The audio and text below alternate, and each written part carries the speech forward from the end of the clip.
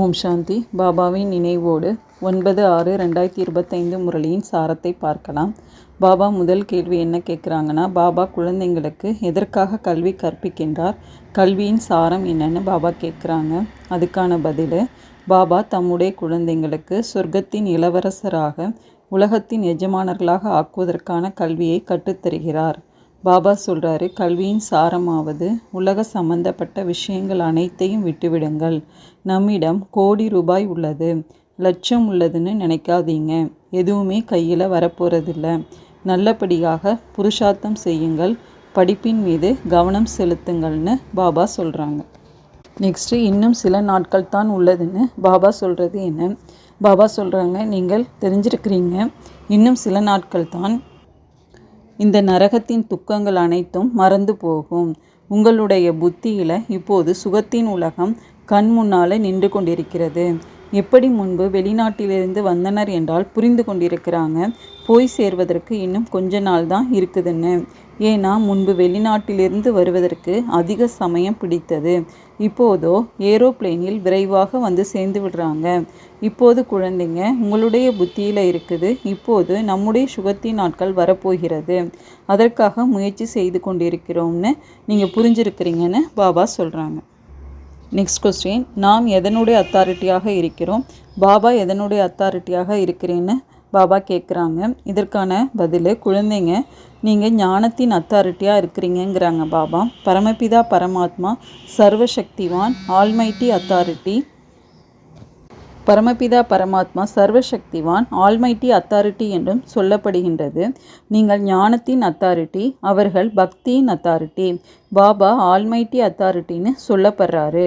குழந்தைகள், நீங்கள் நம்பர்வார் புருஷார்த்தத்தின் அனுச்சாரம் அதுபோல் ஆகி கொண்டிருக்கிறீங்கன்னு பாபா சொல்கிறாங்க. நெக்ஸ்ட்டு, நமக்கு தெரிந்தது வேறு யாருக்கும் தெரியாதுன்னு பாபா கேட்குறது என்ன? பாபா சொல்கிறாங்க, இந்த சிருஷ்டி சக்கரம் சுற்றி கொண்டே இருக்குது. இந்த உலகத்தின் சரித்திர பூகோளம் உங்களை தவிர வேறு யாருக்குமே தெரியாது. உயர்ந்தவரிலும் உயர்ந்தவர் யார் என்பது உலகத்தில் யாருக்குமே தெரியாதுங்கிறாங்க பாபா. ரிஷி முனி போன்றவர்களும் சொல்லி வந்தனர், எங்களுக்கு தெரியாது என்று. நேத்தி என்று சொல்லி வந்தனர் இல்லையான்னு பாபா கேட்குறாங்க. இப்போது குழந்தைங்களாகிய நீங்களோ அறிந்து கொண்டிருக்கிறீங்க, அவர் படைப்பவராகிய தந்தை, அவர் நமக்கு படிப்பு சொல்லி தந்து கொண்டிருக்கிறார் என்று அப்படின்னு பாபா சொல்கிறாங்க. நெக்ஸ்ட்டு, பாபாவின் பாகம் எது, மற்றபடி பாபா எதை அறிவதில்லைன்னு கேட்குறாங்க. இதுக்கான பதில், பாபாவோ தானே சொல்கிறாரு, உங்களை பாவனமாக்குவதற்காக ட்ராமாவில் விதிக்கப்பட்டவாறு வர்றேன். ட்ராமாவில் என்ன பாகம் இருக்குதோ அதை நடிப்பதற்காக வந்திருக்கிறேன். மற்றபடி நான் ஒன்றும் தாட் ரீடர் இல்லைங்கிறாங்க பாபா. அதாவது எண்ணங்களை ஆராய்றது இல்லைங்கிறாங்க. என்னுடைய பாகம் என்ன, நீங்கள் என்ன பாகத்தை நடித்து கொண்டிருக்கிறீங்க என்பதை நான் சொல்கிறேன். நீங்கள் இந்த ஞானத்தை கற்றுக்கொண்டு மற்றவர்களுக்கும் கற்றுத்தந்து கொண்டிருக்கிறீங்க. என்னுடைய பாகமே பதீதர்களை பாவனமாக்குவது தான். இதையும் குழந்தைங்க நீங்கள் தெரிஞ்சிருக்கிறீங்க. நாள் கிழமை அனைத்தும் உங்களுக்கு தெரியும். உலகத்தில் யாருக்கும் இது தெரியாதுன்னு பாபா சொல்கிறாங்க. நெக்ஸ்ட்டு, நாம் எதை அடிக்கடி மறந்து விடுகிறோம்னு பாபா கேட்குறாங்க. அதுக்கான பதில், உங்களுக்கு பாபா கற்றுத்தந்து கொண்டிருக்கிறார். பிறகு எப்போது இந்த சக்கரத்தை சுற்றி முடிக்கிறீர்களோ அப்போது மீண்டும் பாபா வருவார். அந்த சமயம் எந்த காட்சி நடைபெற்றதோ அது மீண்டும் கல்பத்திற்கு பிறகு நடைபெறும். ஒரு வினாடி இன்னொன்றை போல் இருக்காது. இந்த நாடகம் சுற்றி கொண்டே இருக்கின்றது. குழந்தைங்களாகிய உங்களுக்கு எல்லையற்ற நாடகத்தை பற்றி தெரியும். பிறகும் நீங்கள் அடிக்கடி மறந்து விடுறீங்கன்னு பாபா சொல்கிறாங்க. நெக்ஸ்ட்டு, யாருடைய படிப்பு அரைகுறையானதுன்னு பாபா கேட்குறாங்க. அதுக்கான பதில், தந்தையின் மகிமை கேட்டு ஆத்மா குஷியாகி விடுகிறது. அனைவரும் சொல்கிறாங்க, நம்முடைய தந்தை தந்தையாக, ஆசிரியராக, அவர் உண்மையிலும் உண்மையானவராக இருக்கிறாரு. அவர் சொல்லித்தரும் படிப்பு உண்மையானது, முழுமையானது. அந்த மனிதர்களின் படிப்பு அரைகுறையானது. ஆக குழந்தைகள், உங்கள் புத்தியில் எவ்வளவு குஷி இருக்கணும். பெரிய பரீட்சை பாஸ் செய்கிறவர்களின் புத்தியில் அதிக குஷி இருக்கும். நீங்கள் எவ்வளவு உயர்ந்த படிப்பு படிக்கிறீங்க என்றால் எவ்வளவு அளவற்ற குஷி இருக்க வேண்டும். பகவான் பாபா எல்லையற்ற தந்தை நமக்கு படிப்பு சொல்லி தந்து கொண்டிருக்கிறார். உங்களுக்கு அது மெய்சிலிருக்க வேண்டும்னு பாபா சொல்கிறாங்க. நெக்ஸ்ட்டு நம்முடைய யுத்தம் எதில் இருக்கிறதுன்னு பாபா கேட்குறாங்க. அதுக்கான பதில், உங்களை இரட்டை கிரீடம் அணிந்த உலகின் எஜமானராக ஆக்குகிற பாபாவை நீங்கள் எப்படி மறக்கிறீங்கன்னு பாபா கேட்குறாங்க. வேறு யாரையும் நீங்கள் மறப்பதில்லை. மனைவி, குழந்தை குட்டிகள், சித்தப்பா, பெரியப்பா, மாமா, உற்றார் உறவினர் எல்லாம் நினைவிருக்கிறது. மற்றபடி இந்த விஷயத்தை நீங்கள் ஏன் மறந்து விடுறீங்க? உங்களுடைய யுத்தம் இந்த நினைவில் தான் இருக்குது. எவ்வளவு முடியுமோ நினைவு செய்யணும்னு பாபா சொல்கிறாங்க. நெக்ஸ்ட்டு எந்த நேரத்தில் பயப்படுவதற்கான விஷயம் எதுவும் இருக்காதுன்னு பாபா கேட்குறாங்க.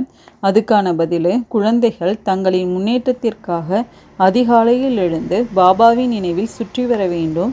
நீங்கள் திறந்த மேல் மாடிக்கோ அல்லது வெளியில் இதமான குளிர்ந்த காற்றிலோ சென்று விடுங்கிறாங்க பாபா. இங்கேயே வந்து அமர்ந்து கொள்ள தேவையில்லை, வெளியிலும் செல்லலாம். காலை நேரத்தில் பயப்படுவதற்கான விஷயம் எதுவும் இருக்காது. வெளியில் போய் நடந்து செல்லுங்கள்னு பாபா சொல்கிறாங்க. நெக்ஸ்ட்டு ஒருவருக்கொருவர் எந்த விஷயங்களை பேசிக்கொள்ள வேண்டும்னு பாபா கேட்குறாங்க. அதுக்கான பதில், தங்களுக்குள்ள இதே விஷயங்களை பேசிக்கொள்ளுங்க. பாபாவை யார் அதிகம் நினைவு செய்கிறார்கள் என்று பார்க்கலாம். பிறகு சொல்ல வேண்டும், எவ்வளவு நேரம் நான் நினைவில் செய்தேன் என்று. மற்ற சமயங்களில் நமது புத்தி எங்கெங்கே சென்றது? இது போன்ற உரையாடல்தான் ஒருவர் மற்றவருக்குள் முன்னேற்றத்தை அடைவது எனப்படும். எவ்வளவு நேரம் பாபாவை நினைவு செய்தோம் என்று குறித்து வையுங்கள். பாபாவுக்கு என்ன நடைமுறை பயிற்சி இருந்ததோ அதை சொல்லுகிறார். நினைவில் நீங்கள் 1 மணி நேரம் நடந்து செல்வீர்களானால் கூட கால்கள் களைத்து போகாது. நினைவினால் உங்களுடைய எவ்வளவு பாவங்கள் நீங்கும்னு பாபா கேட்குறாங்க.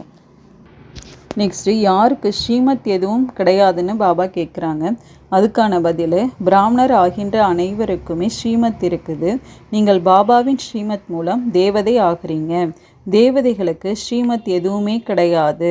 ஸ்ரீமத் இப்போது தான் பிராமணர்களாகி உங்களுக்கு கிடைச்சிருக்குதுன்னு பாபா சொல்கிறாங்க. நெக்ஸ்ட் கொஸ்டின், எந்த பண்டிகையில் மனிதர்கள் மகிழ்ச்சியை கொண்டாடுகின்றனர்னு பாபா கேட்குறாங்க. அதுக்கான பதில், இப்போது இந்த ராவண ராஜ்யம் முடிவடைய போகுது. நீங்கள் இப்போது தசரா முதலியவற்றிற்கு செல்வதில்லை.